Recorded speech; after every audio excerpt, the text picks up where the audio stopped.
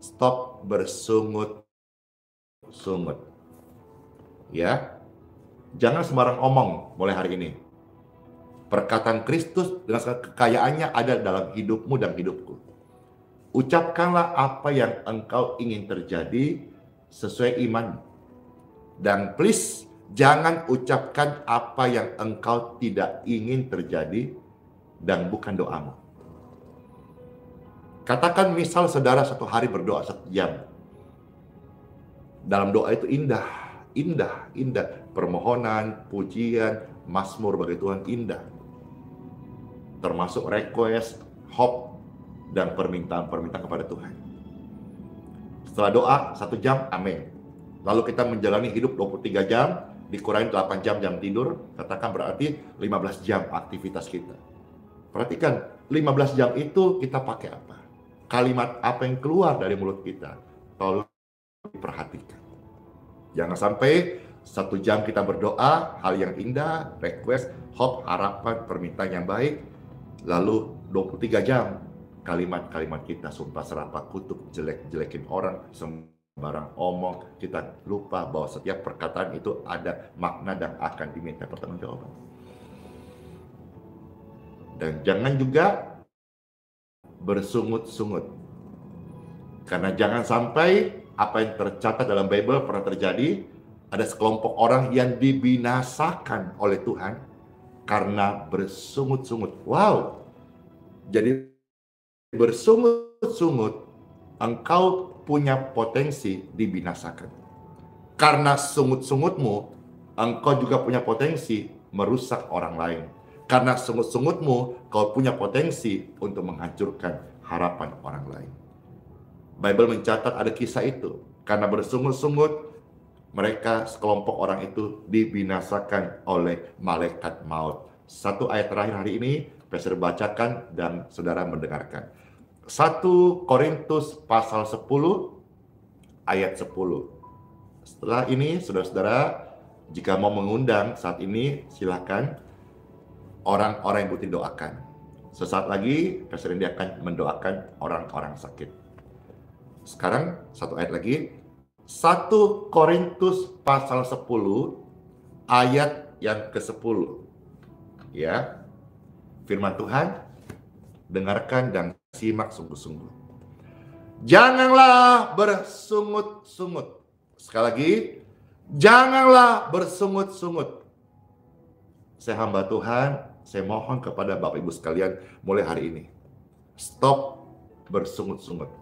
Karena lewat sungut-sungutmu, engkau merusak dirimu sendiri. Janganlah bersungut-sungut. Ayo ketik kolom komentar. Saya tidak lagi bersungut-sungut. Saya tidak akan bersungut-sungut. Bersungut-sungut out dari hidup saya. Janganlah bersungut-sungut. Seperti yang dilakukan oleh beberapa orang dari mereka, sehingga mereka dibinasakan oleh malaikat maut. What? See? Karena sungut-sungut sekelompok orang dibinasakan oleh malaikat maut, dan Bible mencatat Roh Kudus mengizinkan kisah ini masuk dalam Alkitab supaya kita tahu bahaya dari sungut-sungut. Jangan sembarang omong lagi.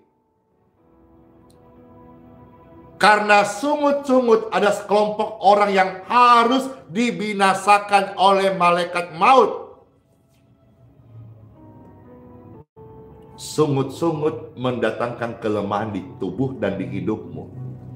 Sungut-sungut itu engkau sedang mengutuki hari depanmu. Dan sungut-sungut itu akan melemahkan orang di sekitarmu. Untuk apa kita sungut-sungut? Tidak ada untung sama sekali. Lantas kenapa kita mau terus sungut-sungut? Emang pikir sungut-sungut kita bisa mengubah keadaan? No. Justru sungut-sungutmu akan memperkeruh air, merusak dan bahkan memperburuk situasi yang kau alami. Contoh misalnya, harus engkau ada keluarga atau mungkin maaf pribadimu yang diizinkan secara medis, Tuhan pun izinkan engkau masuk rumah sakit istirahat. Jangan kutuki harimu. Aduh, titik. Aduh, mulai kita ucapin kata-kata negatif lagi. Aduh, jangan. Saya pernah divonis dokter harus bed rest 2 bulan. Di rumah sakit umum di kota Balikpapan. 2 bulan harus bed rest. 2 bulan harus bed rest. Padahal saya sedang melayani. Lagi aktif melayani. Bukan lagi standby, lagi aktif melayani. Dokter suruh 2 bulan bed rest. Karena waktu itu SGOT dan SGPT saya tinggi banget. Kalau saya bersungut-sungut, 2 bulan itu bisa jadi 2 tahun saya sakit. Atau mungkin sampai seumur hidup. Karena di dalamnya saya divonis dokter, ada hepatitis, ada diabetes, ada virus di tubuh saya, ada komplikasi karena lever ginjal saya mengalami pembengkakan dan saya tipes. Tapi saya berdoa dengan percaya sesuai keyakinan iman saya. Keadaan sukar yang hamba Tuhan atau saudara orang percaya hadapi tidak boleh membuat imanmu goyah. Justru keadaan-keadaan tantangan itu, itulah kelas imanmu diuji. Alhasil apa yang terjadi? Tuhan tolong saya, iman saya naik kelas. Yang divonis dokter 2 bulan harus bed rest, hanya 2 hari. Lewat perkataan doa, saya dapat diskon. Tuhan kasih diskon, Tuhan kasih percepatan. Karena perkataan yang membangun, perkataan doa. Saya sadar dalam hidupku ada perkataan Kristus dengan segala kekayaannya. 2 bulan divonis dokter bed rest, saya dapat diskon. Cuma 2 hari saya sehat, saya sembuh. Sampai hari ini secara medis saya dinyatakan sehat, negatif keluhan. Kalau di hasil lab itu negatif bintang-bintang, semuanya baik. 2 bulan. Saya tidak bersungut-sungut.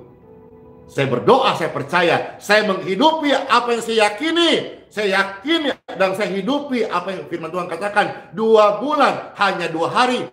Saya sehat, saya sembuh. Ada toples kaca, itu obat-obatan. Saya tidak pakai. Kenapa? Karena Tuhan masih menyembuhkan. Yang pasti, apa yang firman Tuhan kau dengar hari ini, ketika engkau berkata-kata, jangan sembarang omong. Karena kata-katamu mengandung kuasa. Mari